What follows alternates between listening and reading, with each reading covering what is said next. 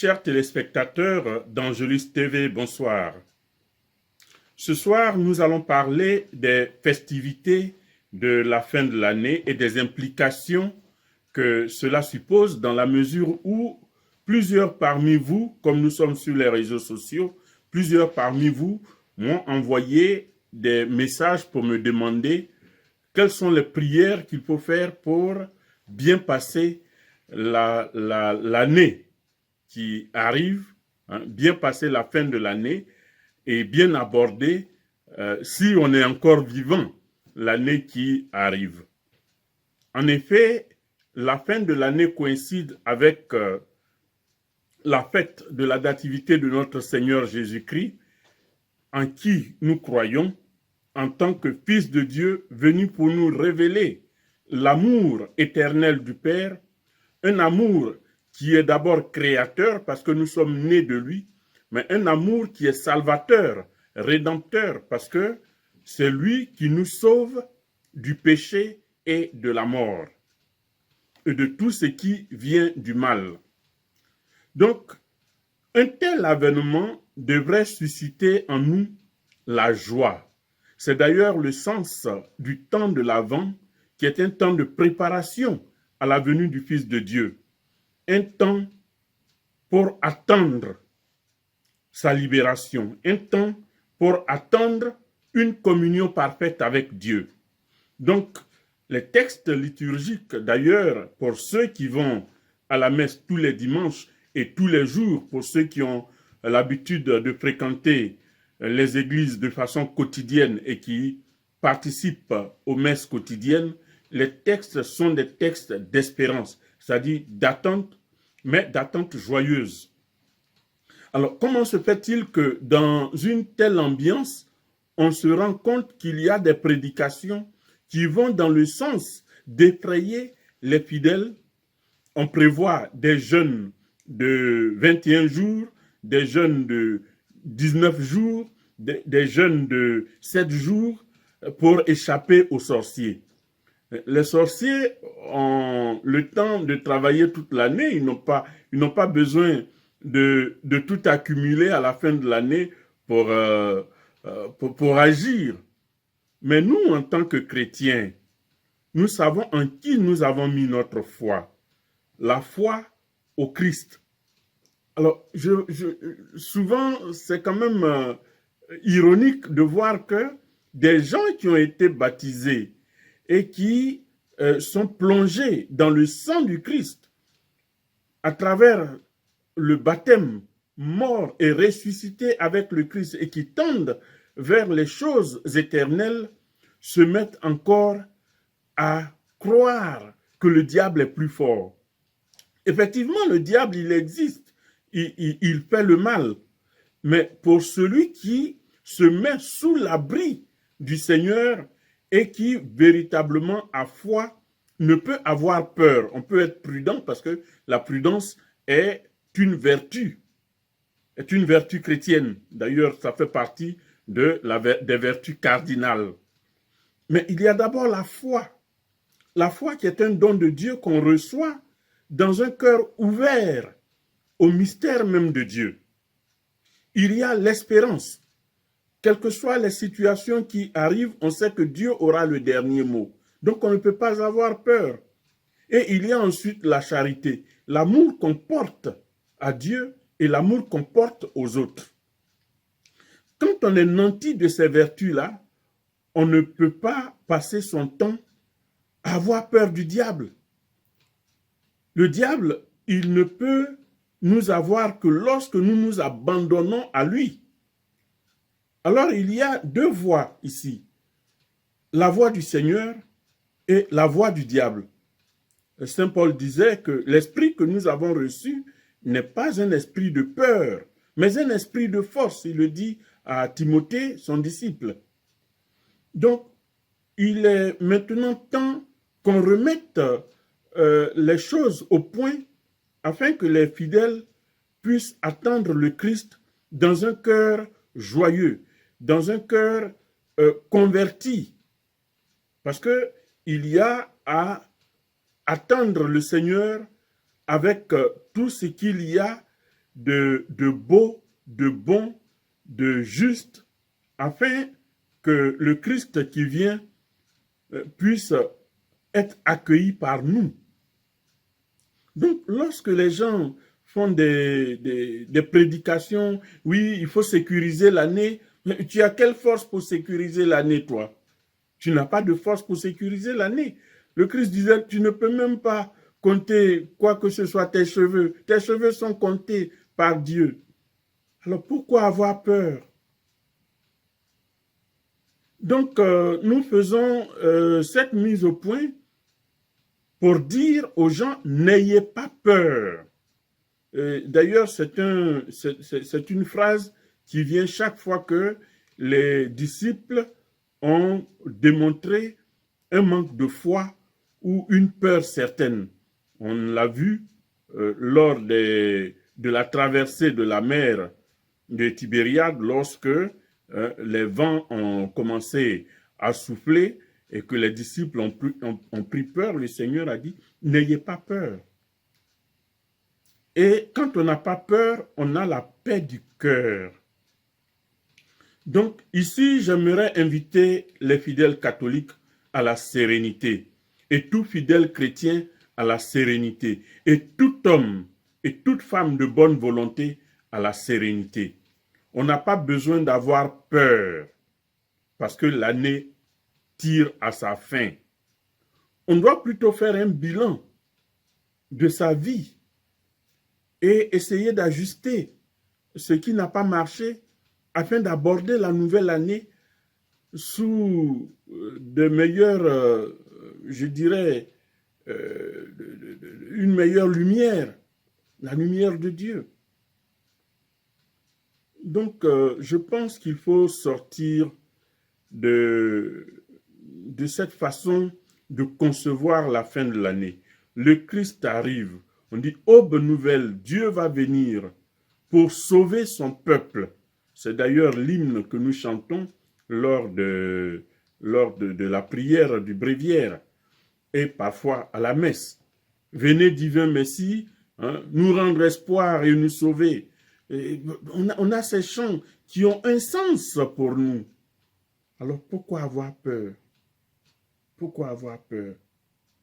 Alors c'est du charlatanisme que d'attirer les fidèles à soi en leur faisant croire qu'on a les solutions contre les sorciers en fin d'année. Qu'on se retrouve pour prier afin que le Christ qui arrive nous trouve dans de bonnes conditions spirituelles, morales et physiques, c'est tout à fait normal. Non, les sorciers vont vous manger, apportez des bougies bleues, des bougies rouges, des bougies jaunes, habillez-vous en blanc, habillez-vous en ceci ou en cela. Cela ne fait pas partie de notre culture catholique. Non. Et là, j'en appelle à tous ceux qui ont autorité de pasteur dans l'Église d'avertir les fidèles. Nous ne pouvons pas continuer de prêcher le royaume de Dieu et en même temps de susciter la peur dans le cœur des fidèles. Si l'on veut véritablement préparer la fin de l'année, il y a des dispositions spirituelles, morales et humaines à prendre. La première des choses, c'est de garder sa sérénité et d'avoir de la tempérance dans son comportement. De la tempérance comment? Il y a des gens qui vont se ruiner pour fêter. Ils vont faire des économies rien que pour passer les fêtes. Et après cela, on dit généralement que le mois de janvier est un peu trop long parce qu'on a vidé ses économies. Ce qui n'est pas chrétien, cela relève du bon sens que de chercher véritablement à ne pas dépenser tout son argent pour des fêtes. Donc il y a cet aspect-là.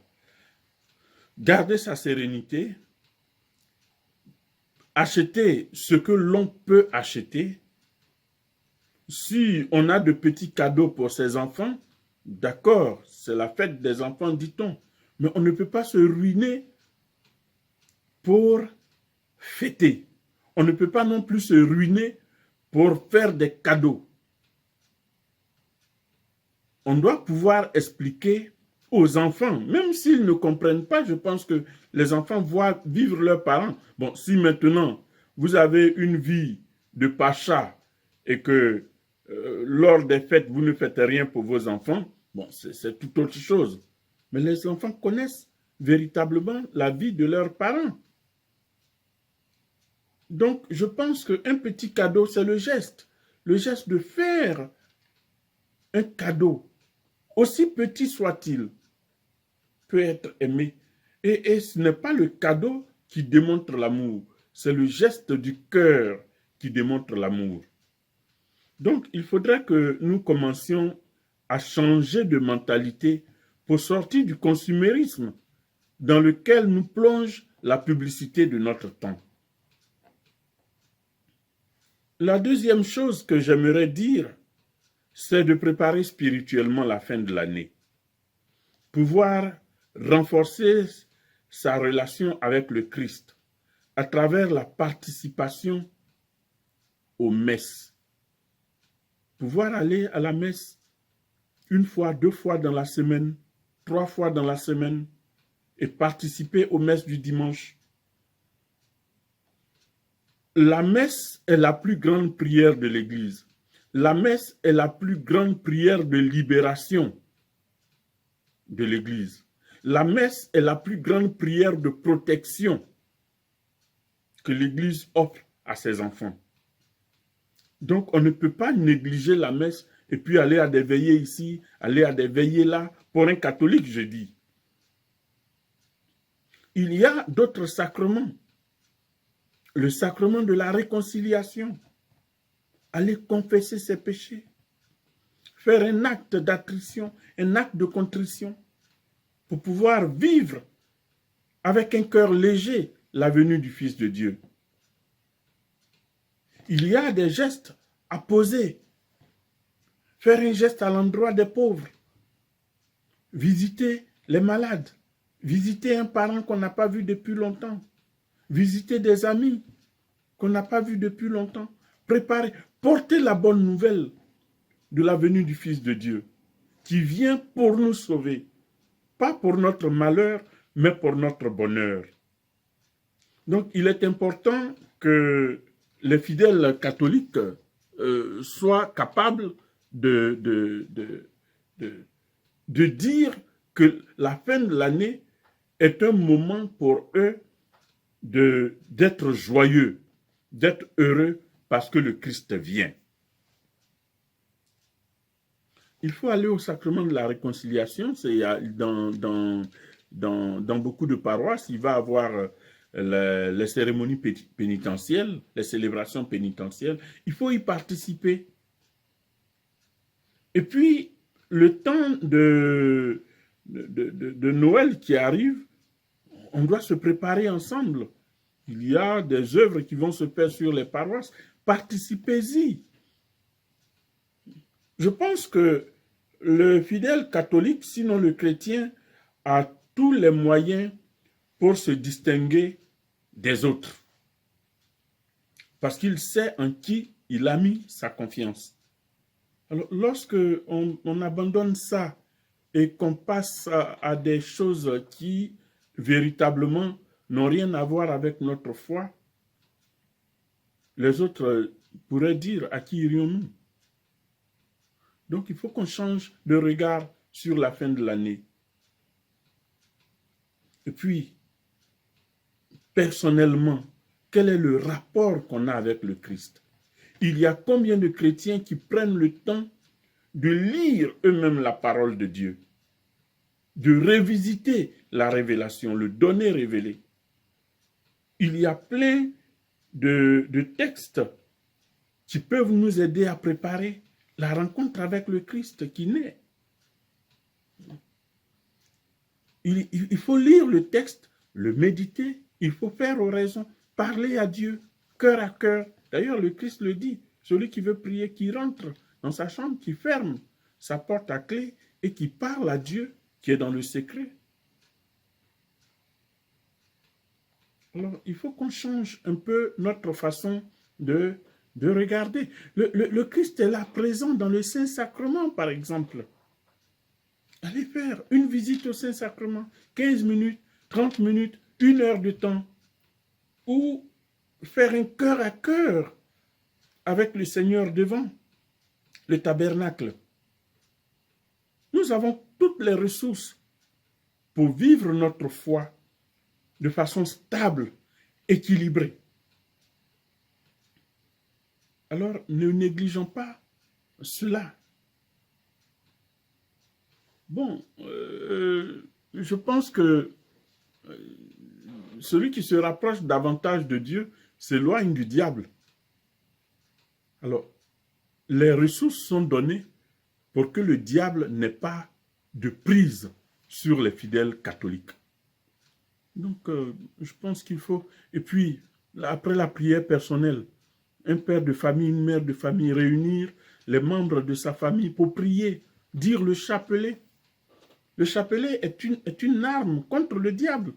L'histoire l'a prouvé à plusieurs reprises. La Vierge Marie qui apparaît, qui donne les secrets de la victoire sur le mal. Elle qui a vaincu le mal. Elle qui a vaincu le diable. Les gens qui veulent faire pénitence peuvent, par exemple, faire le chemin de croix. Le chemin de croix personnel. Trouver un lieu tranquille pour faire son chemin de croix, cheminer avec le Seigneur souffrant, qui a une victoire sans bavure, je dirais, sur le diable. Donc, bon, je pense qu'il faut sortir de cette spirale de peur et de torpeur pour entrer véritablement dans l'esprit de la nativité du Seigneur. Merci beaucoup. À très bientôt.